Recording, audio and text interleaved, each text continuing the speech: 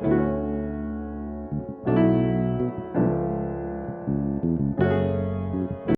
going on, guys? I'm Nathaniel. I'm Michael. And today we're here with Kevin. Kevin, introduce yourself. Let them know who you are, what you do, and all of that. Absolutely, brothers. It's so amazing to be here. My name is Kev Joseph. I'm an accounting and finance professional by day. Been working with Fortune 500 companies over the past 18 years. Currently working with a company that's contracted out to the Canadian federal government. We support the Department of Defense and the Canadian Armed Forces. And then at night, you know, I host a little talk show. I shouldn't say little anymore because it's growing, but I host an IG live talk show called Let's Talk, where we discuss a lot of, different issues, some uncomfortable, some fun, some regarding social injustice, mental health, entertainment, everything, just cover the full, range and scale of what's happening in our world. And I'm always having tremendous, guests on to discuss their journeys and just a lot of different topics. Also started a Black-owned business directory with my team, where we, have wonderful Black-owned businesses like you guys on there, with over 400 from Canada, US, Europe, and we're adding more and more every day. And we're going to be turning that into a digital, a mobile format soon as well. So a lot of things happening. Awesome. So, how many years have you been doing this, and what got you started? What just said hey, let me start a talk show? What? Well, it's funny because, like I said, my profession is actually in accounting and finance, but I've always been that talkative guy, and I've always been, helping people in my, community, always been mentoring young people and, trying to, do tutoring and helping, people achieve the best versions of themselves. But I've always been, someone that people have looked to for, commentary on certain topics. I try to stay well versed in a wide range of things, whether it be, politics, socioeconomics, anything, because I really believe in trying to help people become better and overcome whatever their circumstances are. But really how this started was, in response to the, social unrest of, last summer, right? When we saw a lot of issues, a lot of, our, fellow Black folks, getting gunned down, rapidly. And, there was a huge outcry and protests happening all over the world. But what was happening for a lot of us as Black professionals, we had to go to work online because we're working from home, but we had to kind of suppress how we were feeling, because we had to kind of put on a brave face, right? And we're on Zoom calls and we're pretending like nothing is really happening, but inside we're all crying and we're all hurting. So, I was reading an article from this wonderful young lady named Shanika Golding out of New York. And she wrote this amazing article about, professionalism, maintaining professionalism in the age of Black death and how it's a lot to handle. And that really hit me, it brought me to tears because I'm like, she's speaking for me. So, I reached out to her and, I was able to connect with her, and her article that she wrote, she actually used to work for Vibe magazine, and, she's interviewed Oprah and Issa Rae and Tyler Perry, all these big people. Yeah. It was actually reposted on Jeff Bezos, the creator of Amazon. He posted it on his IG page, her article, and said he wants every single business owner and manager, especially those that have Black, and brown employees, to really read this and take it in. So I was so inspired to have these talks, and I actually had the pleasure of having her on my show. I've also had amazing people, from the basketball community here, like Leo Routens, Paul Jones, Eric Smith, a lot of great people from the States and France and everywhere. So it's kind of just taken off. I just wanted to have conversations because I knew, guys, that, if you notice, right, in June, the protests were hot. In July, it was hot, but then started to kind of get quiet in August and September, October. Nobody's talking about it anymore. So I wanted to have a platform where we continue to have these dialogues and these conversations. Yeah, I think that's amazing because a lot of people forget, it's not just a trend. It's not just something that the hashtag on social media where we talk about for a month and just forget about it, right? It's an ongoing problem for us that we have to deal with every day. So it's really amazing that you brought that platform to always, talk about it. It's amazing. Yeah, absolutely. You and I, the two of you and myself, we were born Black. This is a Black experience. That's why I don't even like to use the term movement. Because for us, it's not a movement, it's our lifestyle. It's who we are, who we always will be. It's just that the whole world is now catching on to the fact that, we're trying to have this uprising, right? But you and I will always be Black. We were Black before this. We will continue to be Black. So it's a whole experience that we're experiencing every single day of our lives. And it's important that our voices are finally being heard in some respects. Mm-hmm. For sure. I wanted to get your opinion on the school system, what you think of the school system, and where you went to school also. Yeah, I'm a proud Mississaugian. I went to Father Gates Secondary School, home of the Gators in Mississauga. 1996 DPAA Junior Boys Basketball. Let them know. Let's go. Before y'all were even like conceived, man. I was winning championships, my brothers. But yeah, I went to Father Gates, and then I went off to a post-secondary school, started my studies at University of Guelph, and then was trying to finish up at U of T, and I studied management, economics, and finance. And I actually started off in marketing management because I was always pretty charismatic, always talking. I thought I could sell stuff. But then, the finance bug, kind of caught me. And I started working for a company called Clerica Life Insurance Company out in Waterloo, which then turned into Sun Life Financial, one of the largest financial service, companies in all of Canada. So I was like one of the youngest financial analysts in there. And I mean, the school system, what I realized did me a disservice, especially as a young Black man, because when I was working in the insurance company and the financial services company, I learned about a job called an actuary. And I don't know if y'all ever heard about what an actuary is, but actuaries are actually the people that basically run insurance companies. They're the ones that do all the statistical analysis of the mortuary stats, the birth rate. So when you're thinking about why you have to pay, so much money for life insurance and car insurance and all these different kind of insurances, they're the ones that put together all of these, mathematical formulas and mechanisms. So I'm like, how come nobody told me about this in high school? You know what I'm saying? Like, you're only told about certain things, right? And I find that the school system does our young people a great disservice by not exposing them to more, like lucrative careers and paths and things of that nature, right? And for me, I had to fight for myself. I was always pretty smart, but I could tell they still wanted to kind of marginalize me and push me in a different direction, the guidance counselors and them. But I had to just rise above and like, no, I'm only going to take, because back then we had different streams like academic, and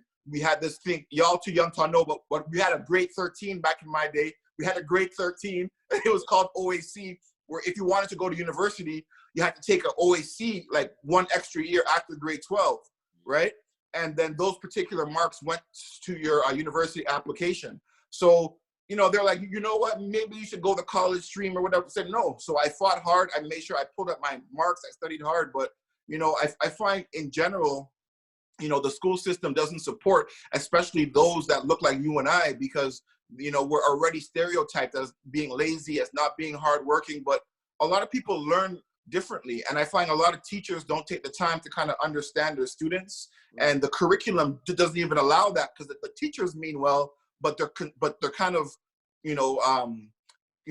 confined in what they have to do, because they're always at odds with the school board and all of this stuff. So the students kind of, kind of get left out. For sure. I think that's like the biggest thing, because we actually did like a episode on that on our YouTube channel. And like we spoke about it, how like it's outdated, and it doesn't serve like everyone. Like if everyone, say a hands-on person, a person who learns by like visually, or a person who learns just straight books, it doesn't cater to everyone, and everyone learns different. And I think that's like the biggest problem with our school system. It doesn't cater to everyone. It only teaches you, all right, finish, you go to school, you get your degree, and you do this, you work your 9 to 5, and it doesn't show you any other way, any different types of jobs out there. Absolutely. And I think it also makes people that aren't book smart feel bad.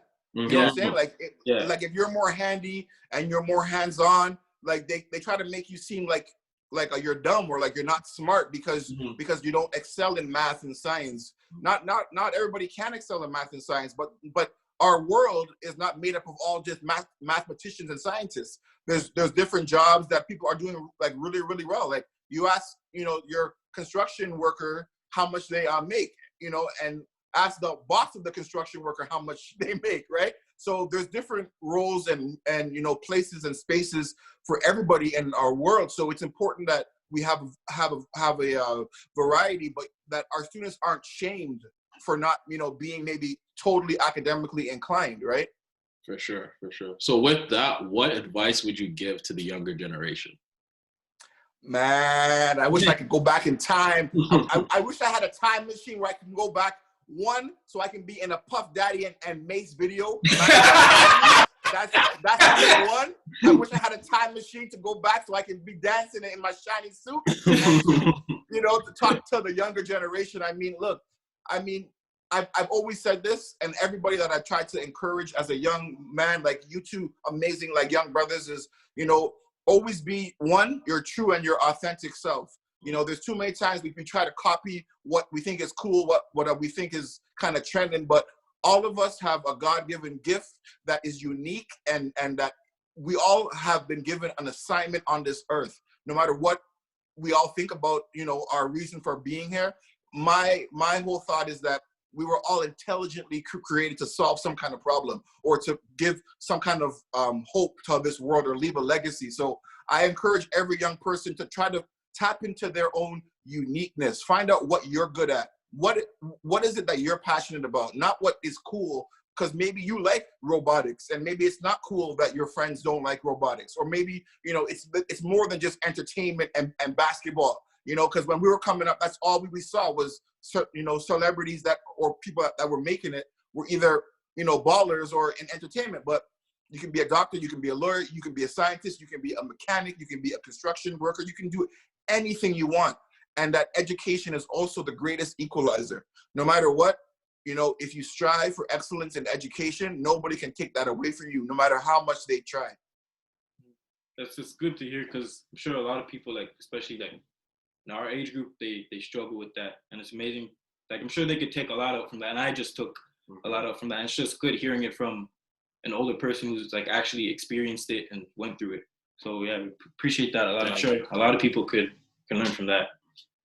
Absolutely. Like, I know for me, I wish I had mentors like that who would pull me aside, like who would have told me, you know what, Kev, you kind of know math, like you're pretty good at math, eh? So why don't you look at this career called an actuary, where you can go and become in the actuary science, and you can get you know, you can go to like University of Waterloo, and then guess what? When you graduate, there's a job waiting for you where your first level, entry level salary is $65,000, right? Like, nobody tells you that. You see what I'm saying? So it's nice to have people that are interested and want to invest in you and try to see your potential and want to help guide you. So it's important for the old heads like me to try to give back to especially our young Black men, you know, because, you know, coming up, we're already marginalized, we're already stereotyped, you know, we're already typecast.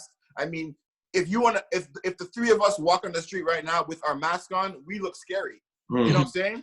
So we already have an image and we already project something. So it's important for us to do our best to try to change that whole narrative.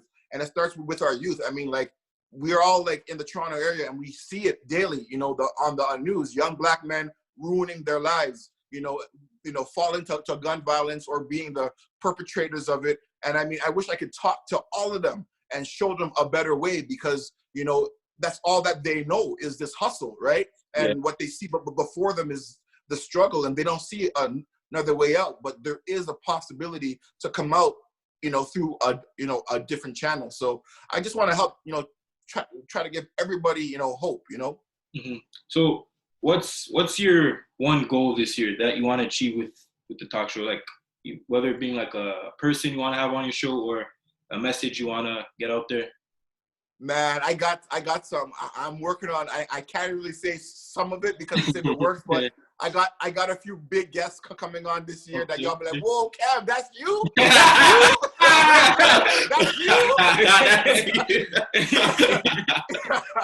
But for me, really, this year is all about continuing to, you know, as y'all young people say, apply pressure. You know what I'm saying? Like, I really want to continue to raise the voice, especially here in Canada, because we always hear about issues in the States and we're like, oh, that can't happen here. But it's been happening here. We just haven't really taken notice to it, or the media hasn't really brought it up. But, you know, I really want to really extend this platform to really now take it beyond just the interview on screen, but to really cause some great projects and some initiatives on the ground and in the community that can really help affect change and really have some really tangible results in helping our young people, get on the path to, being more successful in what they want to do. For sure. So what you touched on it a little bit earlier about what inspires you, but we wanted to ask you what your Satori moment has been. And basically a Satori moment is like an epiphany in your journey. And would you say you've had a Satori moment along your journey? Absolutely. Like for me, finding my voice, I mean, the pandemic, for all of us, has been a challenge. This has been a year like none other. Like we're this is a once in a century moment, in the last 100 years, right? And for me, it really caused me to slow down, right, in every area of my life and really evaluate, what's important to me. Because as we saw, in the matter of 9 months in the States, they lost over 430,000 people. Up here in Canada, we've lost close to 20,000 people. So in a matter of a minute, a second, your whole life can change.